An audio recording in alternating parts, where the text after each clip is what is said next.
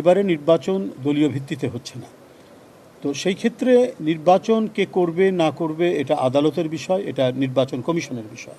তারা নির্ধারণ করবেন কি আইন আছে না আছে দেখে তারা সেই জিনিসটি করবেন। অন্য রাজনৈতিক দল কি বলল না বলল সেটা বিষয় নয়।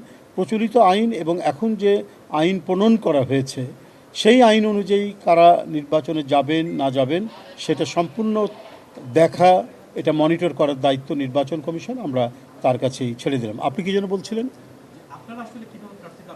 দেখুন, আমাদের প্রার্থিতা কিভাবে বাছাই হবে না হবে এবার তো মানে দলনিরপেক্ষভাবে নির্বাচন, দলনিরপেক্ষ বলছি যে দলের প্রতীক নিয়ে কোনো নির্বাচন হচ্ছে না।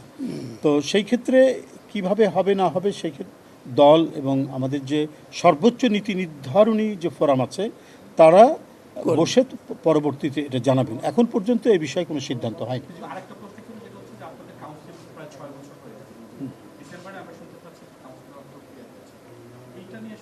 দেখুন, এ বিষয়ে তো দলের পক্ষ থেকে ঘোষণা আছেই।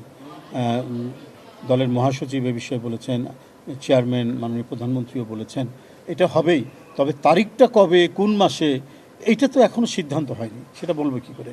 নিঃসন্দেহে খুব তাড়াতাড়ি আমরা আশা করছি অতি সত্বর অতি শীঘ্র কাউন্সিল হবে এবং সেটি আপনারা জানতে পারবেন এবং ডেট এবং মাস তারিখ নির্ধারণ হলেই আমরা জানিয়ে দেবো আপনাদের।